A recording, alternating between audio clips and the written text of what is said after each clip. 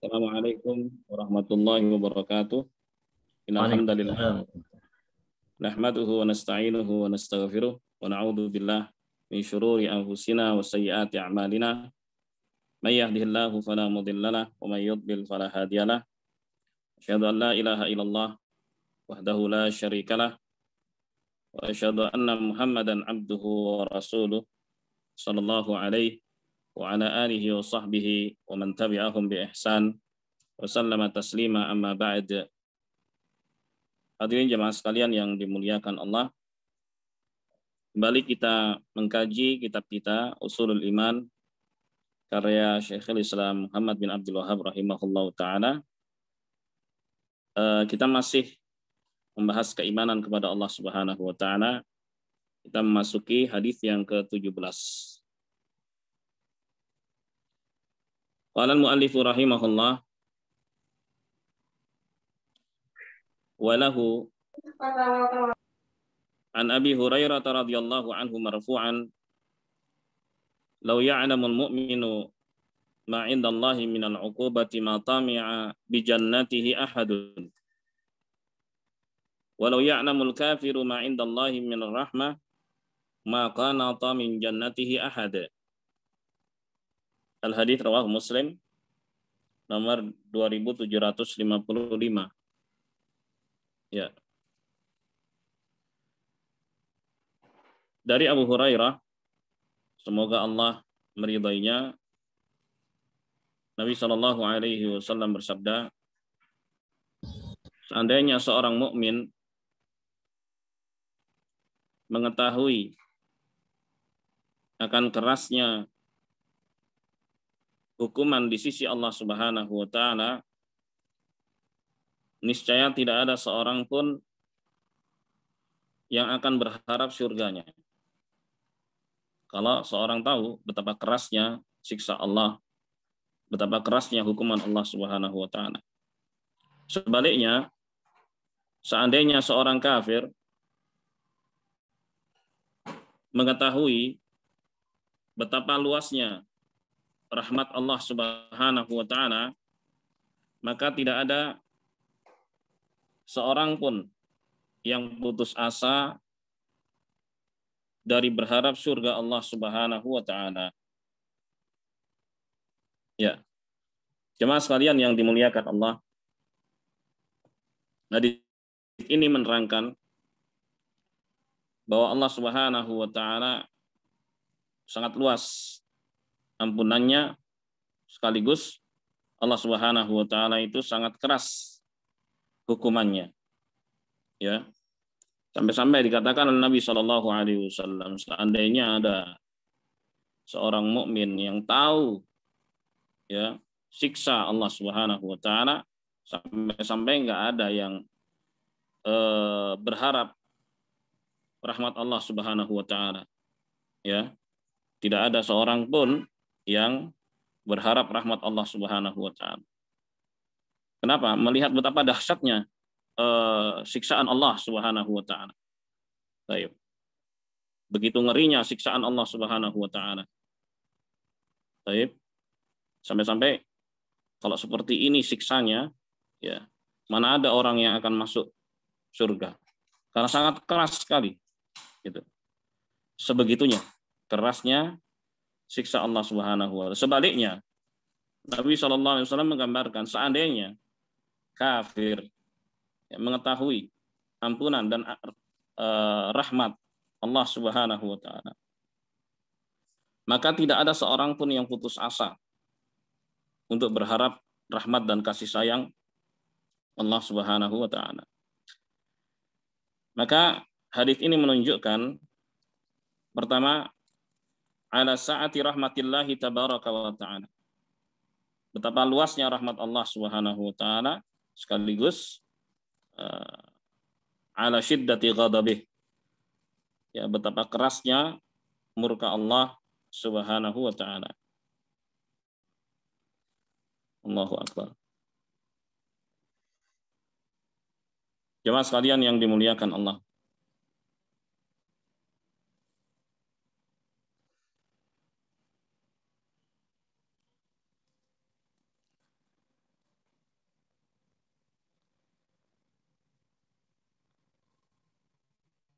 Dan hadis ini juga menunjukkan luasnya rahmat Allah Subhanahu wa taala, jangan sampai membuat seorang mukmin itu merasa aman dari makar Allah Subhanahu wa taala, ya, kemudian meremehkan kemaksiatan. Ya. Baik.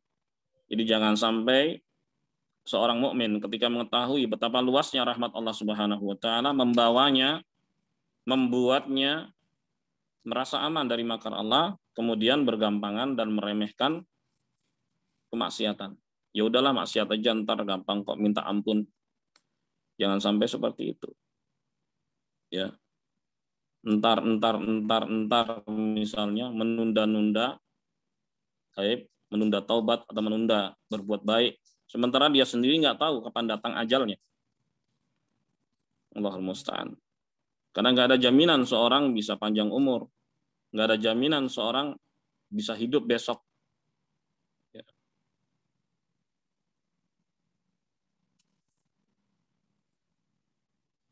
Demikian pula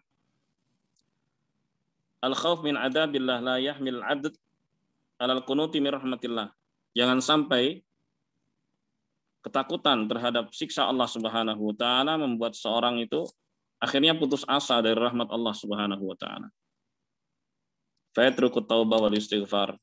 Kemudian dia tidak mau bertobat, tidak mau beristighfar, dhanna minhu annahu la yaghfirullah, dengan asumsi dan sangkaan bahwa Allah Subhanahu wa taala tidak mengampuninya. Jangan sampai seperti itu. Sebagian orang mengatakan, ya udahlah, biarin, udah terlanjur banyak dosanya, udah banyak berlumuran noda hitam dan sebagainya. Biarin aku jalani takdir ini walaupun masuk neraka, naudzubillah min dzalik. Jangan sampai ya orang mengucapkan kalimat itu. Jangan sampai. Ya. Sebagian orang putus asa dari rahmat Allah Subhanahu wa taala, maka Allah Subhanahu wa taala mengingatkan wala tayasu mir rahmatillah. Ya. Wala tayasu mir rawahillah. Janganlah kalian putus asa dari rahmat Allah Subhanahu wa taala. Hadirin sekalian jamaah yang dimuliakan Allah. Demikian pula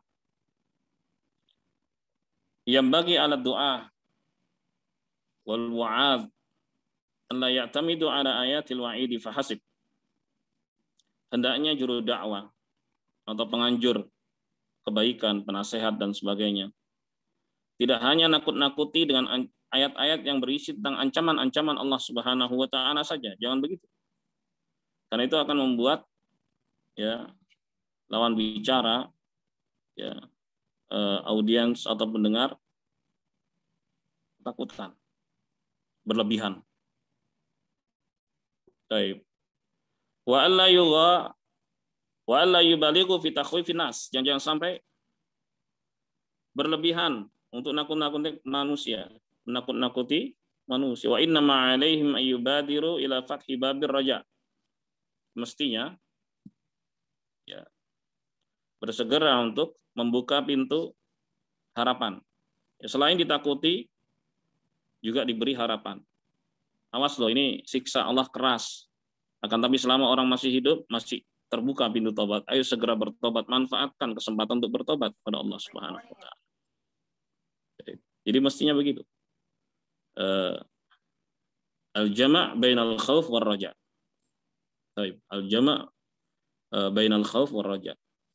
Jadi dicampur antara rasa takut dengan rasa harap, dicampur. Ya. Jangan sampai rasa takut saja yang dominan atau rasa harap saja yang dominan. Ya, rasa harap saja yang dominan akhirnya nyepelein maksiat. Ya udahlah, gampang. Besok-besok aja taubatnya, besok-besok aja berbuat baiknya. Ini keliru juga. Jemaah sekalian yang dimuliakan Allah. Kemudian kita masuk hadis berikutnya. Qala rahimahullah. Walil Bukhari an Ibnu Mas'udin radhiyallahu anhu qala qala Rasulullah sallallahu alaihi wasallam. Dan diriwayatkan oleh Al-Bukhari dari Abdullah bin Mas'ud, semoga Allah meridainya. Beliau berkata, Rasulullah Shallallahu Alaihi Wasallam bersabda, al jannatu aqrabu ila hadikum min syirakin alihi, wan naru mithlu dzalik. Kata Nabi Shallallahu Alaihi Wasallam, surga itu lebih dekat kepada kalian dibandingkan dengan tali sendal kalian. Begitu juga neraka. Subhanallah. Jadi surga atau neraka itu lebih dekat kepada seorang daripada sendal yang dia pakai sendiri. Sendal kan di kaki ya. Tapi surga dan neraka lebih dekat lagi daripada sendal yang kita pakai. Maksudnya apa? Jadi hadis ini menjelaskan tentang mada qurbil jannah minal insani wa qurbin nar. Penjelasan tentang betapa dekatnya surga dan neraka dari seorang.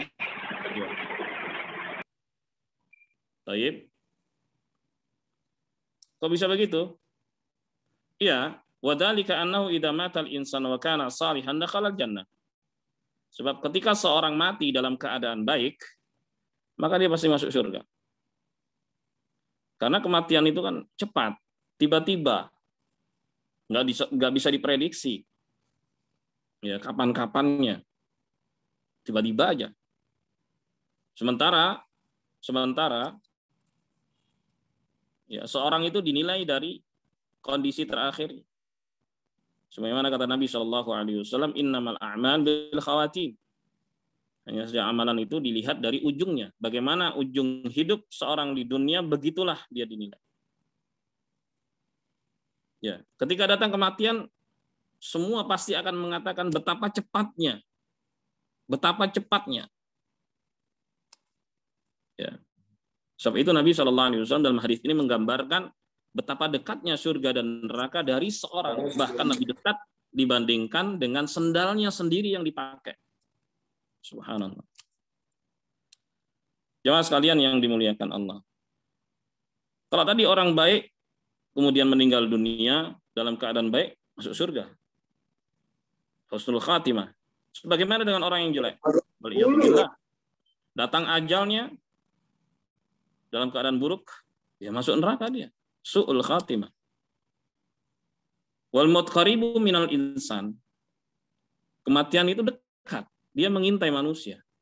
Dan manusia nggak diberitahu kapan dia mati. Dekat, makanya digambarkan dengan dekatnya kematian. Karena kita nggak tahu, sementara kematian itu pasti datang. Ini kan teror yang luar biasa. Kalau ada teror-teror misalnya akan diledakkan jam sekian, masih ada waktu untuk bersiap-siap. Nah ini tiba-tiba. Kematian itu pasti, sementara kedatangannya dirahasiakan. Ya. Makanya ketika datang, semua pasti akan mengatakan betapa cepatnya. Nasallallahu alaihi wasallam. Jemaah sekalian yang dimuliakan Allah, oleh sebab itu, fala yanbaghi lil abad ay wasi'al amal fi hadhihi dunya. Tidak sepatutnya ya seorang hamba itu memiliki panjang angan-angan, terlalu panjang angan-angan dalam kehidupan dunia ini. Ya, sehingga melalaikan yang namanya kematian dan tidak bersiap-siap menghadapinya. Allahul musta'an. Jemaah sekalian yang dimuliakan Allah, terdapat kisah dua orang yang melintas di sebuah daerah atau desa. Baik, sementara penduduk desa itu punya berhala yang harus diagungkan dan diberikan sajen kepadanya, kepada setiap orang yang melintasi desa itu. Kepada setiap orang yang melintasi desa tersebut. Ya. Dua orang itu, yang pertama diperintah untuk berkurban. Qarrib. Ya. Berikan sajen. Kemudian orang itu mengatakan, aku nggak punya sesuatu untuk jadikan sebagai sajen atau kurban. Kemudian mereka mengatakan qarrib walau dubaban. Berikan sajen walaupun hanya seekor lalat. Pokoknya lewat sini harus kasih sajen. Akhirnya dia carilah, gampang. Cari seekor lalat, mudah sekali kan. Hal-hal yang remeh diambil. Udah, kasih dia sajian sebagai sajian. Setelah itu dikasih, lewat dia. Lewat lagi.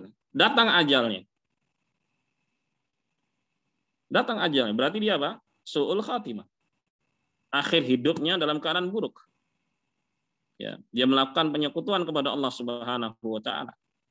Kemana dia kalau begitu keadaannya? Maka masuklah ke dalam neraka. Begitu kata Nabi Shallallahu alaihi wasallam. Sementara orang yang kedua ya, dipaksa untuk memberikan sajian. Dia mengatakan, aku nggak akan pernah memberikan sajian ataupun kurban kecuali hanya untuk Allah Subhanahu wa taala, tapi aku tetap akan lewat jalan ini. Kemudian karena dia dipaksa, akhirnya dibunuh dia. Mati. Dua-duanya mati. Yang satu su'ul khatimah, yang satu lagi husnul khatimah. Jemaah sekalian yang dimuliakan Allah. Ya. Oleh sebab itu, jangan sampai seorang meremehkan terhadap hal-hal yang semacam ini. Kadang-kadang seorang harus memberikan sajian kepada tempat-tempat keramat misalnya, ya, dengan alasan itu kan kecil. Lewat tempat-tempat yang ditakuti misalnya bunyikan klakson atau lempar uang receh, tempat-tempat tertentu misalnya, supaya selamat. Subhanallah. Kemudian dia lempar dengan anggapan itu adalah hal kecil saja, bukan hal yang besar. Kalau benar ya berarti selamat, kata dia. Kalau nggak benar, itu kan hanya receh, hanya uang kecil, hanya sesuatu yang ringan saja. Padahal dia telah mengorbankan keyakinannya. Allahul musta'an. Oleh sebab itu Muslim harus menjaga akidahnya. Sebab itu Nabi Shallallahu alaihi wasallam bersabda, la tusyrik billah wa in qutti'at aw hurrikt. Janganlah engkau menyekutukan Allah Subhanahu wa taala walaupun ya efeknya engkau dicincang ataupun dibakar. Dan Allah Subhanahu wa taala berfirman, wala tamutunna illa wa antum muslimun. Jangan mati kecuali sebagai muslim. Berserah diri kepada Allah Subhanahu wa taala dan tidak menyekutukan Allah Subhanahu wa taala. Hadirin sekalian yang dimuliakan Allah, jadi kisah yang dibawakan Nabi Shallallahu alaihi wasallam tersebut menunjukkan betapa dekatnya surga dan neraka dari seorang. Ya. Betapa dekatnya. Artinya kematian itu kalau datang itu memutuskan di mana tempat seorang. Kalau dia husnul khatimah maka dia di surga, kalau su'ul khatimah wal iyadu billah maka dia di neraka. Allahumma musta'an. Hadirin sekalian yang dimuliakan Allah,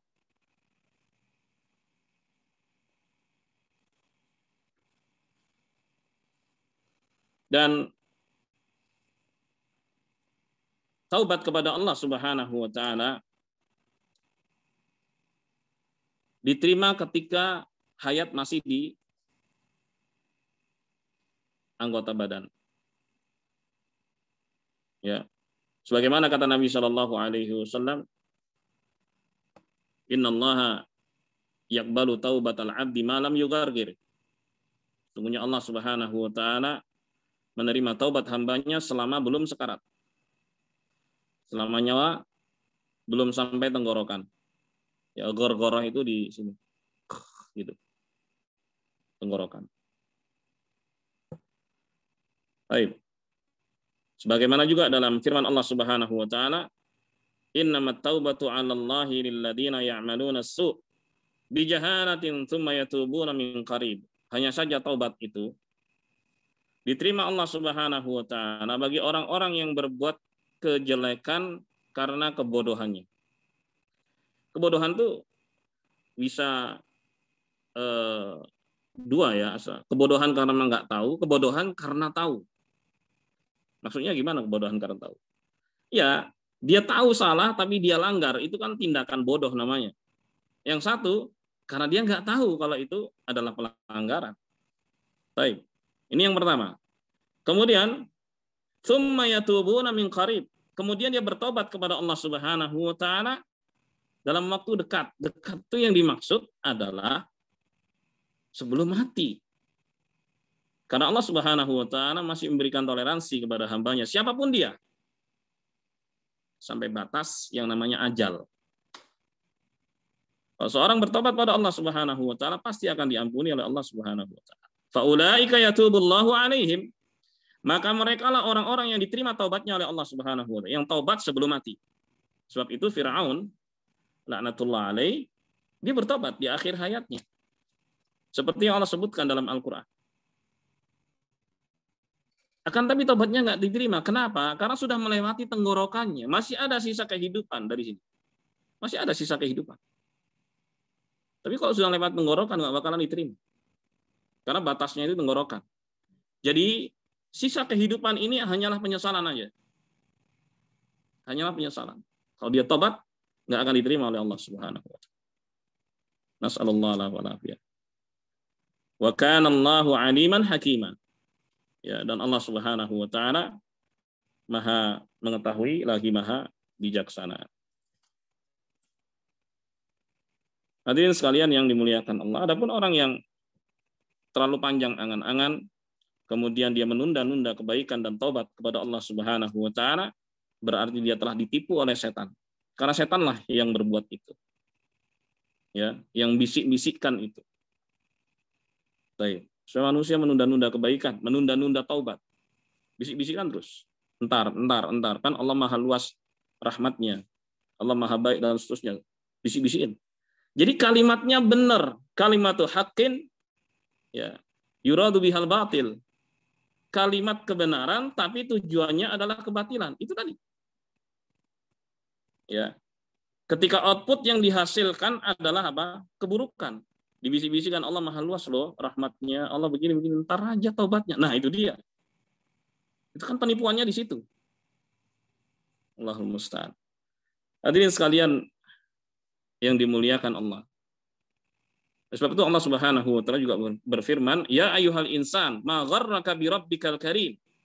Wahai manusia, kenapa kalian tertipu dengan kebaikan Tuhan kalian yang maha baik, yang maha mulia? Allah Subhanahu wa taala mengingatkan. Nah, bagaimana bentuk ketertipuan manusia? Ya, terhadap kebaikan Allah Subhanahu wa taala?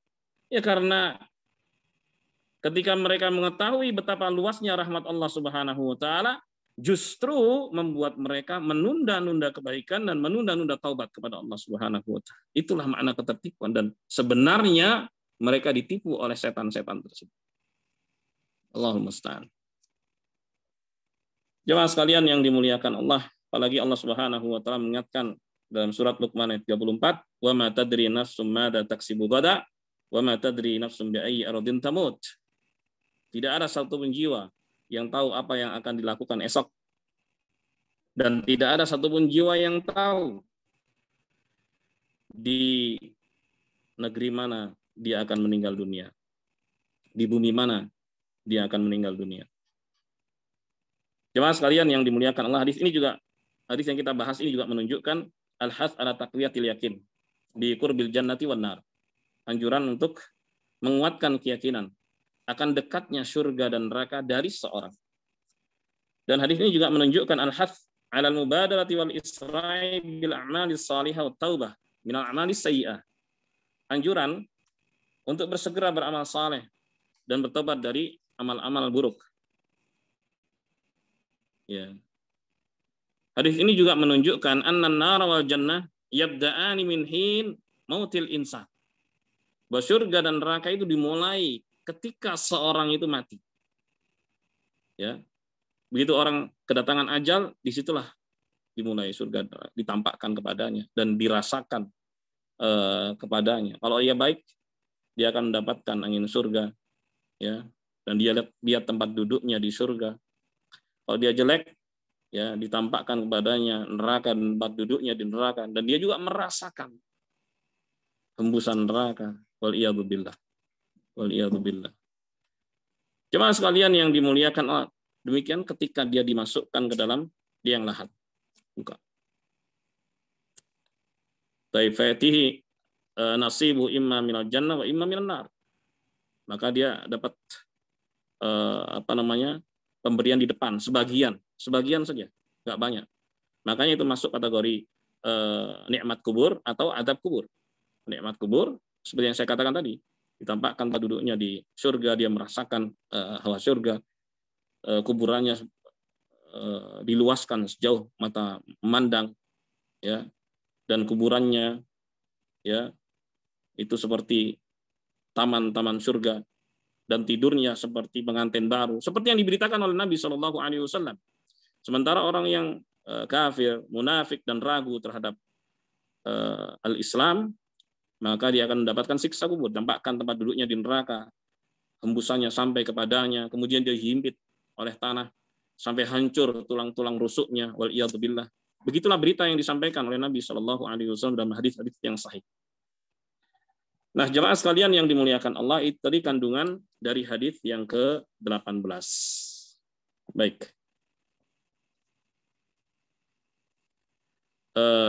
Dari dua hadis tadi mungkin ada yang mau bertanya sebelum saya lanjutkan. Silakan. Kita akan masuk bab yang baru setelah ini. 1-2 pertanyaan saja, terus kita lanjutkan lagi.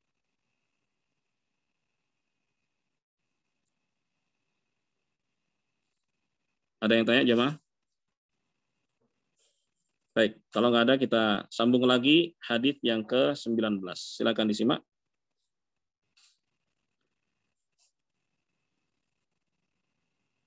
Qala al-mu'allif rahimahullah wa an Abi Hurairah radhiyallahu anhu marfu'an inna imra'atan baghiyan ra'at kalban fi yaumin har yutifu bi bi'rin qad adala lisanahu minal 'atash fanaza'at lahu muqaha faghufira laha bihi. Dari Abu Hurairah, semoga Allah meridainya, bahwa Nabi Shallallahu Alaihi Wasallam bersabda, ini termasuk kisah Israiliyat, ya, kisah-kisah Israiliyat, kisah-kisah masa lalu, kisah-kisah Bani Israel, dan ini dibenarkan oleh Nabi Shallallahu Alaihi Wasallam, hadisnya sahih, maka kita imani kebenarannya. Kata Nabi Shallallahu Alaihi Wasallam,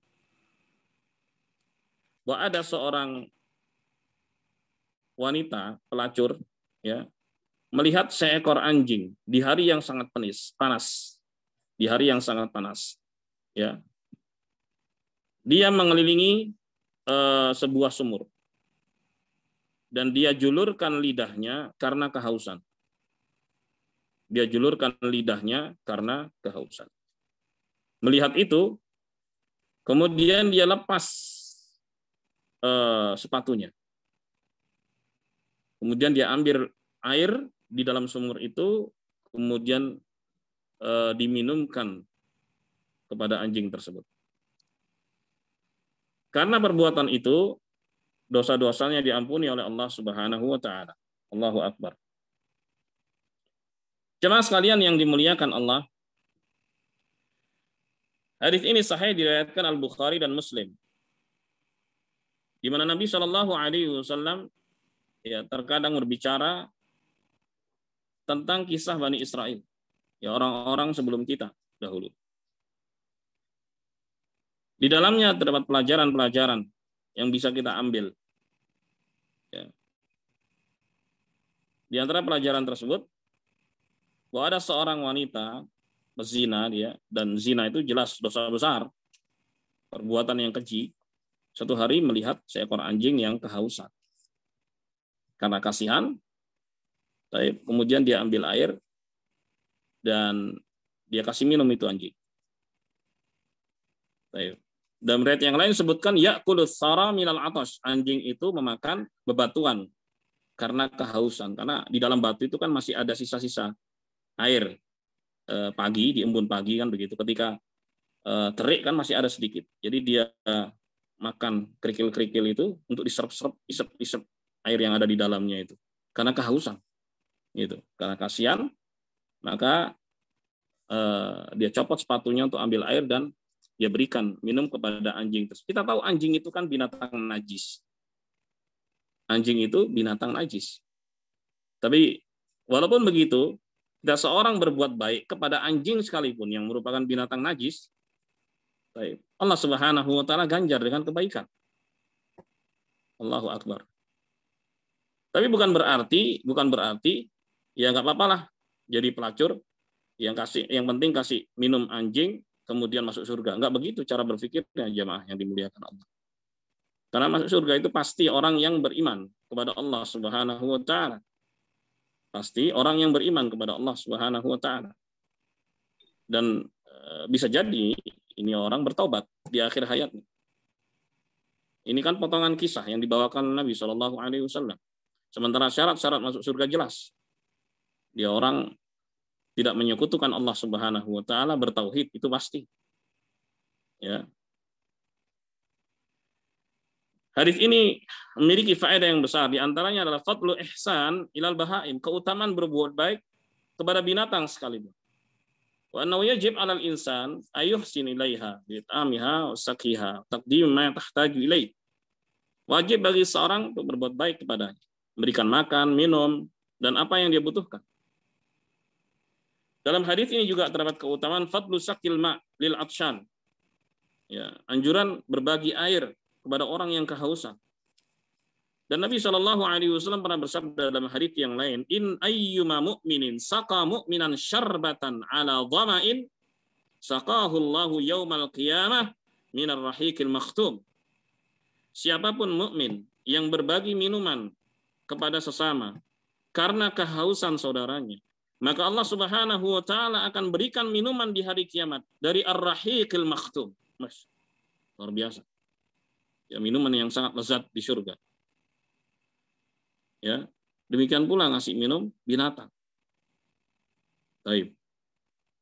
Hadis ini juga menunjukkan sa'atu rahmatillah Subhanahu wa taala, betapa luasnya rahmat Allah Subhanahu wa taala, wa annahu yaghfirudz dzunub, bahwa dia Allah mengampuni dosa-dosa.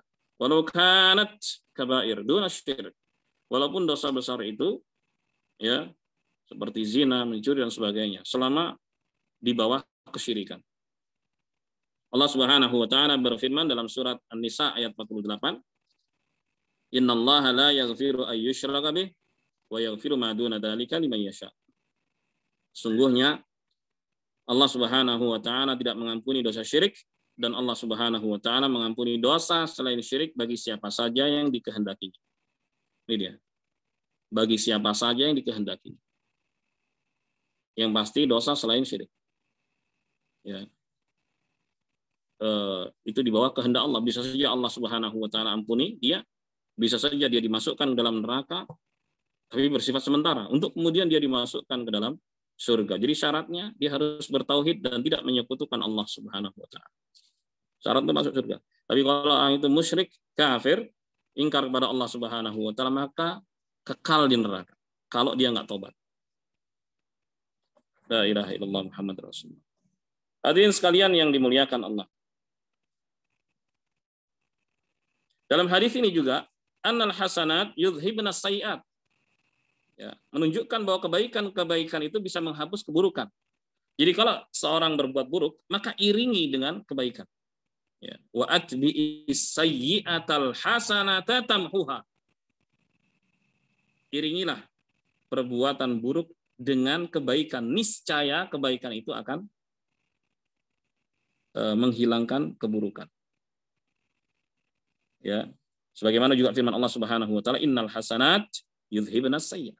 Sesungguhnya kebaikan itu bisa menghilangkan keburukan. Baik. Contohnya ini wanita ini. Ya. Baik. Wanita yang melakukan pelacuran tapi dia sayang sama binatang.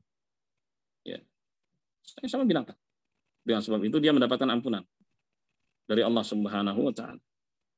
Bagaimana kalau dia sayang kepada sesama manusia? Sayang kepada binatang aja balasannya besar dari Allah Subhanahu wa taala, apalagi sayang kepada sesama manusia. Allahu akbar. Jemaah sekalian yang dimuliakan Allah. Suatu ketika sejumlah sahabat bertanya kepada Rasulullah sallallahu alaihi wasallam, "Wa inna lana fil bahaim ajran?" Wahai Rasulullah, apakah kita mendapatkan pahala karena berbuat baik kepada binatang? Qala fi kulli dzati kabidi ratbatin ajrun. Di setiap makhluk hidup ada pahalanya kalau seorang itu mau berbuat baik padanya. Allahu Akbar. Baik yang hidup itu adalah binatang, apalagi manusia. Inilah faedah dari hadis ke-19. Kemudian masuk hadis yang ke-20. Qala al-muallif rahimahullah wa qala, dan Nabi SAW bersabda, dakhalatin nar imra'atun fi hirratin habasatha la hiya at'amatha wa la hiya arsalatha ta'kul min khashasil ard. Kata Nabi SAW, ada seorang wanita masuk neraka gara-gara seekor kucing yang dia kurung, tidak diberi makan, ya, tidak diberi makan, dikurung, tidak diberi makan. Tapi nggak juga dia lepas, sehingga kucing itu bisa makan, cari makan sendiri di luar begitu. Baik, dengan sebab itu, dengan sebab kelalaian itu, dia masuk neraka. Bayangkan, kucing loh, kucing. Kucing itu binatang, ya, yang di akhirat kelak itu nggak disiksa dengan neraka dan nggak mendapat nikmat dengan surga. Enggak. Yang mendapatkan nikmat surga, siksaan neraka itu hanya jin dan manusia saja. Memang ada makhluk-makhluk Allah Subhanahu wa taala lainnya yang ada di surga maupun di neraka. Sebagaimana berita dari Nabi SAW, akan tapi yang merasakan nikmatnya surga dan siksaan neraka hanyalah jin dan manusia saja. Baik, ini kucing. Ketika seorang lalai yang menyebabkan kematian seekor kucing, itu menyebabkan dia masuk ke dalam neraka. Dan ini juga masuk binatang-binatang yang lainnya. Ada piaraan-piaraan misalnya dia lalai mengurusnya, ya. Apakah itu ikan, burung dan sebagainya. Dia suka dengan boleh-boleh saja seorang piara, ya, ambil burung, masukin sangkar, dia piara, kasih makan, kasih minum, nggak apa-apa seperti itu. Pernah terjadi di masa Nabi SAW. Akan tapi kalau seorang nggak sanggup miara, lepas saja atau kasihkan orang lain dengan alasan dia nggak sanggup. Tapi karena kelalaiannya yang menyebabkan binatang itu mati, menjadi sebab, ya, pelakunya masuk ke dalam neraka. Hadis ini menerangkan bahwa ada seorang wanita masuk neraka gara-gara kucing yang dia kurung dan dia lalai nggak kasih makan. Ya, ketika nggak sanggup, nggak dia lepaskan juga, udah lepas aja. Ini kadang-kadang kalau pas orang mudik atau pergi misalnya dalam beberapa waktu, sementara di rumah ada piaraan, mestinya dititipin, yang dibiarin. Bahaya kalau mati. Ada tanggung jawabnya di sisi Allah Subhanahu wa taala. Terus bagaimana dengan manusia? Bagaimana dengan manusia, jemaah? Kalau ada kelalaian yang menyebabkan kematian manusia, Allah musta'an. Allah musta'an. Kelalaian menyebabkan binatang mati saja, seperti itu hukumannya. Bagaimana dengan kelalaian yang menyebabkan kematian manusia? Nas'alullah wal afiyah. Qala Az-Zuhri mengatakan li alla yattakila ahadun wala ya'is ahadun. Dua kisah tersebut, ya, dibawakan Nabi SAW agar tidak ada seorang pun yang berpangku tangan dan tidak ada seorang pun yang berputus asa dari rahmat Allah Subhanahu wa taala. Hadis diriwayatkan oleh Al-Imam Al-Bukhari dan Al-Imam Muslim. Jemaah sekalian yang dimuliakan Allah.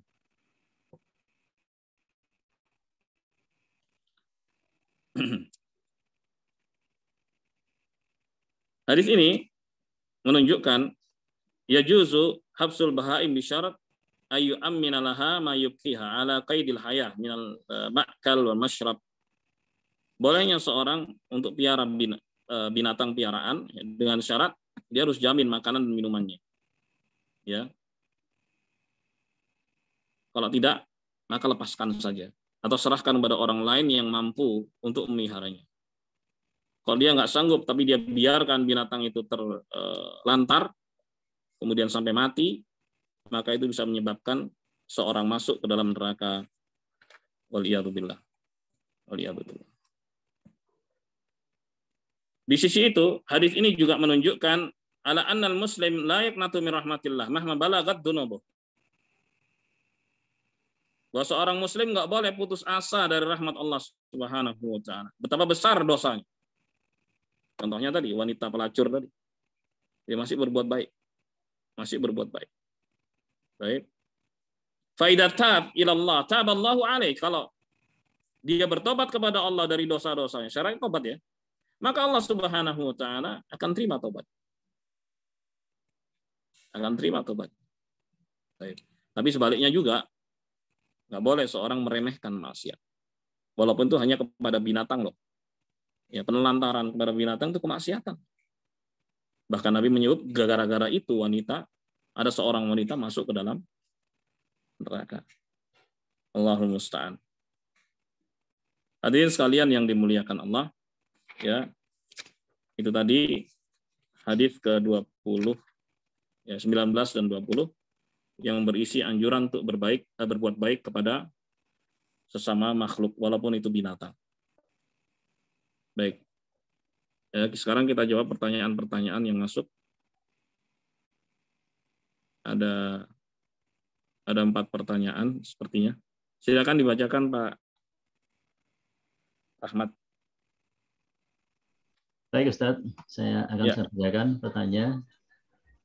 pertanyaan yang dari Pak Tonton ini ada 2 Ustadz.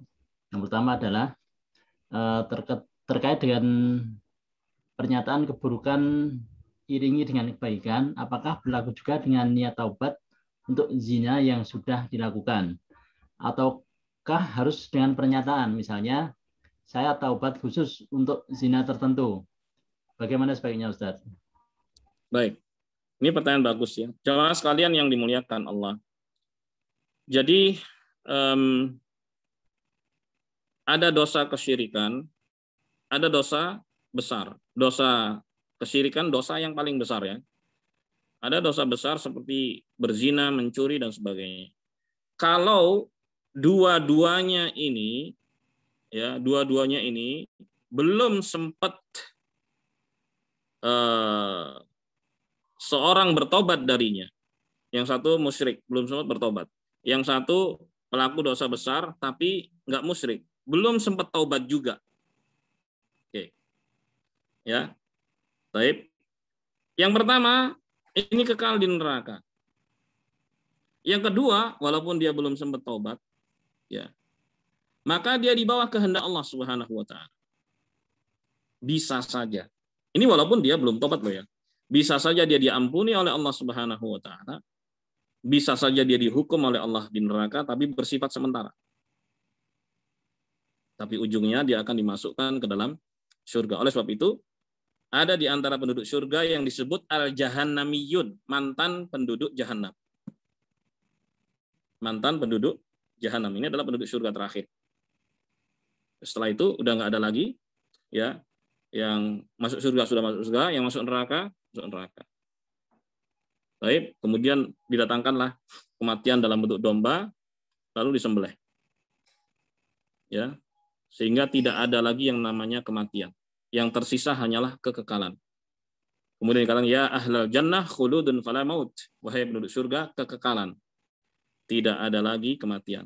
Dan itu menambah kebahagiaan mereka. Kemudian juga dikatakan ya ahlan nar khuludun fala maut, wahai penduduk neraka, kekekalan, tidak ada lagi kematian, dan itu menambah kesengsaraan mereka. Jadi itu dosa kalau nggak sempat taubat. Kalau taubat pasti diampuni oleh Allah Subhanahu wa taala. Begitu penjelasannya atas pertanyaan pertama. Baik. Silakan berikutnya. Pertanyaan berikutnya. Silakan. Dari Emerald Ustadz, mungkin silakan. Ini dari Pak Sigit mungkin. Nah, pertanyaannya adalah, Afan Ustadz izin bertanya, misalkan kita secara tidak sengaja menabrak kucing yang menyebabkan kucing tersebut mati atau meninggal. Bagaimana tindakan kita terhadap kucing tersebut? Apakah kita harus menguburkannya? Dan bagaimana tata cara penguburannya yang sesuai sunnah? Dan apakah ada doa-doa khusus? Syukran jazakallah khair. Baik. Jemaah sekalian yang dimuliakan Allah, ketika seorang menabrak ya binatang, Baik. Dalam kecepatan tinggi misalnya. Ada binatang tiba-tiba nyelonong. Ya, entah itu kucing, entah itu binatang yang lainnya. Ya. Baik. Kalau tempatnya memang berbahaya seperti jalan tol, ya kan? Udah lewat aja. Karena nggak mungkin dia ngerem mendadak yang mengakibatkan bisa saja matinya manusia, bukan lagi matinya binatang. Karena bukan kesalahan dia, itu poinnya.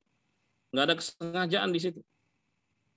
Jangan sampai seorang memilih lebih baik menabrak pohon daripada menabrak kucing. Ini salah, keliru. Tapi kalau ada kucing yang jalan di tempat yang baik tiba-tiba ditabrak, atau ada anjing jalan tempat yang baik tiba-tiba ditabrak, itu nggak benar. Jelas ya? Baik. Namun kalau misalnya yang tertabrak di daerah yang misalnya aman, bukan jalan cepat begitu, jalan jalur cepat misalnya, apakah itu di tol dan sebagainya, dan bisa berhenti, ya disisihkan, dikubur, keduk gitu, tanah, udah diuruk gitu aja. Dan nggak ada hal-hal yang lain. Karena ada sebagian manusia yang lebih takut kepada kucing daripada takut pada manusia. Maksudnya gini, kalau dia nabrak kucing, takutnya luar biasa. Begitu dia nabrak manusia, dia kabur. Na'udzubillah min dzalik. Seakan-akan kucing lebih terhormat daripada manusia. Ya. Ini keliru jamaah yang dimuliakan. Bahkan ada keyakinan yang keliru terhadap kucing. Bahwa kucing itu begini dan begitu, akan membawa sial, akan begini, akan dan seterusnya.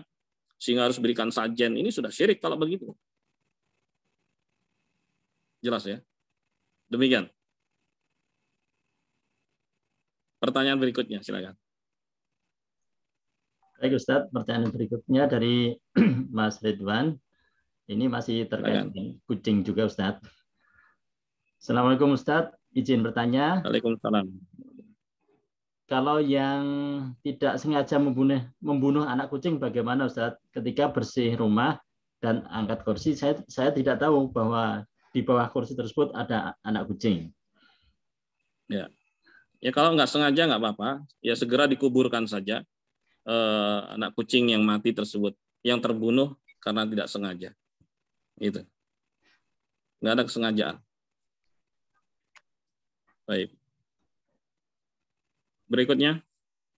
Baik, dari Pak Renarta. Assalamualaikum Ustadz, izin tanya. Waalaikumsalam.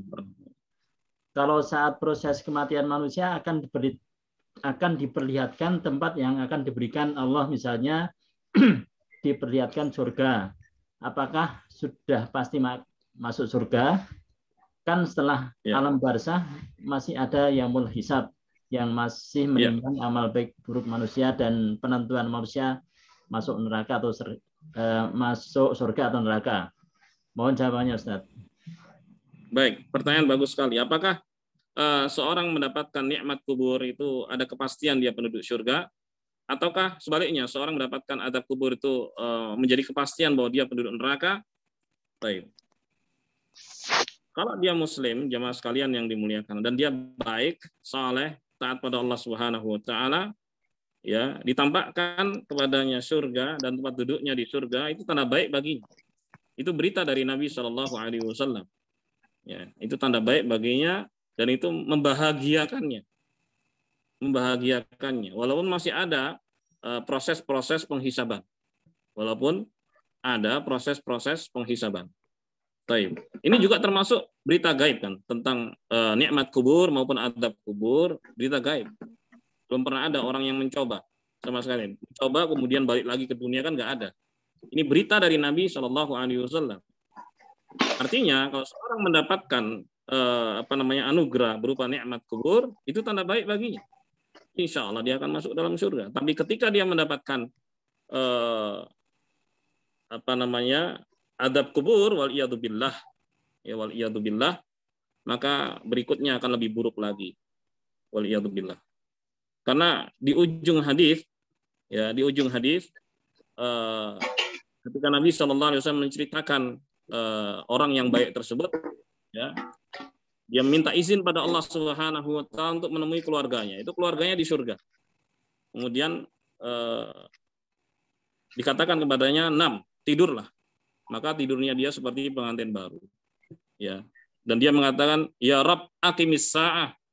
Wahai Tuhanku, segerakan kiamat. Itu kata orang yang baik. Maksudnya apa? Supaya dia bisa merasakan surga. Sementara bagi orang yang jelek, kafir, musyrik, ya, murtad, orang yang ragu terhadap agama Islam, ya, dia mengatakan, ya Rabb la taqumis sa'ah. Wahai Tuhanku, jangan datangkan kiamat. Karena dia tahu bagaimana tempat duduknya di neraka. Demikian jawabannya. Allahul musta'an. Pertanyaan berikutnya, silakan. Baik Ustadz, untuk pertanyaan yang dari chat kayaknya udah habis. Ya. Mungkin barangkali ada yang ingin bertanya langsung, silakan. Silakan jemaah.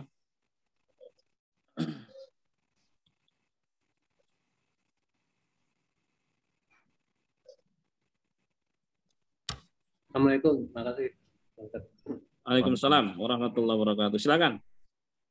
Saya mau nanya terkait surga dan neraka ini. Ya. Saya tadi nggak ngikutin dari awal, mohon maaf nih. Baik. Mungkin agak nyambung ya. Jadi pada saat bulan Ramadan itu kan pintu surga dibuka, kemudian pintu neraka ditutup gitu ya. Kemudian setan-setan dibelenggu. Kalau nggak salah itu dari hadis riwayat Bukhari ya. Nah, itu Bukhari Muslim. Bukhari Muslim. Nah itu artinya apakah sebenarnya surga itu sudah ada yang menempati atau orang sudah bisa masuk surga atau bagaimana Pak? Ya. Penjelasannya. Baik, pertanyaan baik Pak Di Teguh. Dalam peristiwa Mi'raj, ya, Nabi Shallallahu Alaihi Wasallam melihat surga dan neraka. Dalam peristiwa Mi'raj, ya, Nabi Shallallahu Alaihi Wasallam melihat surga dan neraka. Dan ditampakkan juga kepada Nabi Shallallahu Alaihi Wasallam tentang surga dan neraka ketika beliau berceramah. Ditampakkan kepada beliau bagaimana orang berada di surga dan bagaimana seorang disiksa di neraka. Apakah surga dan neraka sudah ada? Jawabannya adalah iya.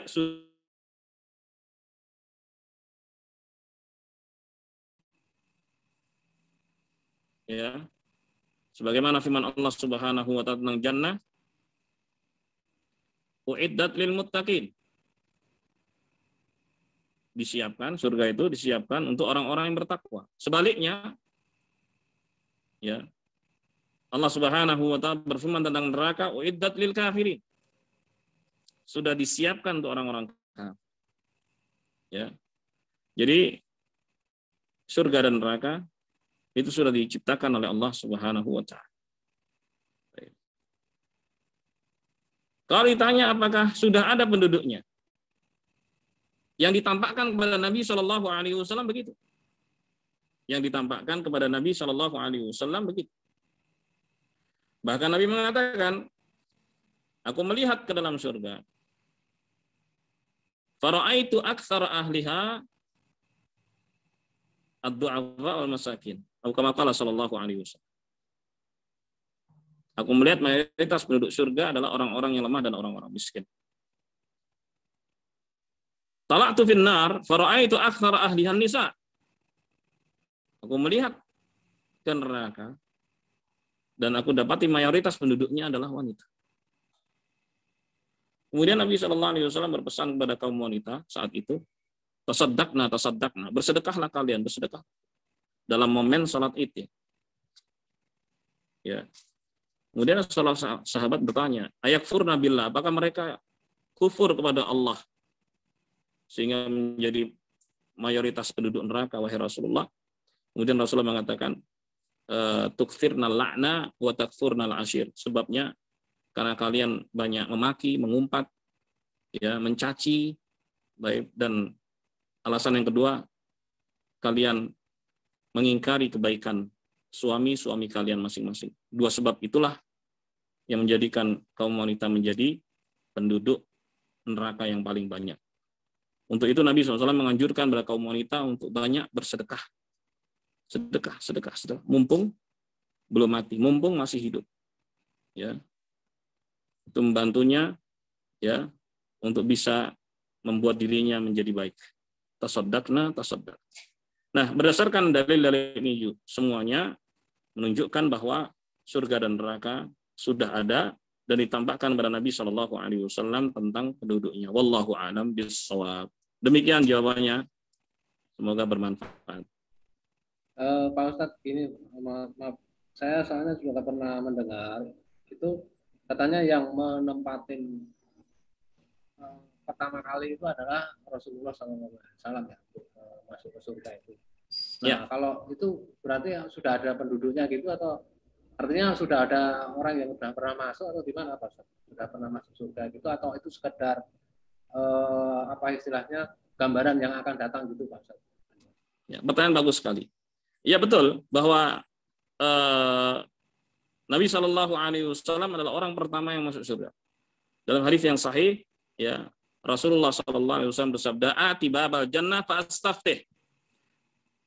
Aku mendatangi pintu surga dan aku minta agar pintunya dibuka. Ya, kemudian penjaganya bertanya, "Man?" Beliau mengatakan Muhammad Shallallahu Alaihi Wasallam. Kemudian penjaga mengatakan, "Bika umirt Allah aftaha babal jannati li ahadin qablak."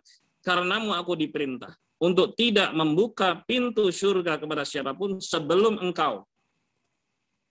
Gitu. Jadi memang beliau sallallahu alaihi wasallam adalah orang pertama yang masuk surga. Lalu bagaimana dengan hadis-hadis tadi? Ya.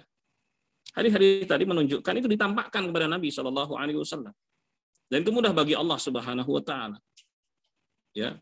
Untuk menampakkan kepada Nabi Muhammad SAW untuk diceritakan kepada mereka yang masih hidup untuk bersiap diri. Jadi bocoran-bocoran berita-berita gaib seperti ini sebenarnya rahmat Allah, kasih sayang Allah kepada manusia. Kan dikasih bocoran di awal. Supaya apa? Supaya manusia bersiap diri menghadapi yang namanya akhirat. Ya, jangan sampai justru sengsara. Agar mereka bahagia di surga. Wallahu a'lam bishawab. Demikian jawabannya.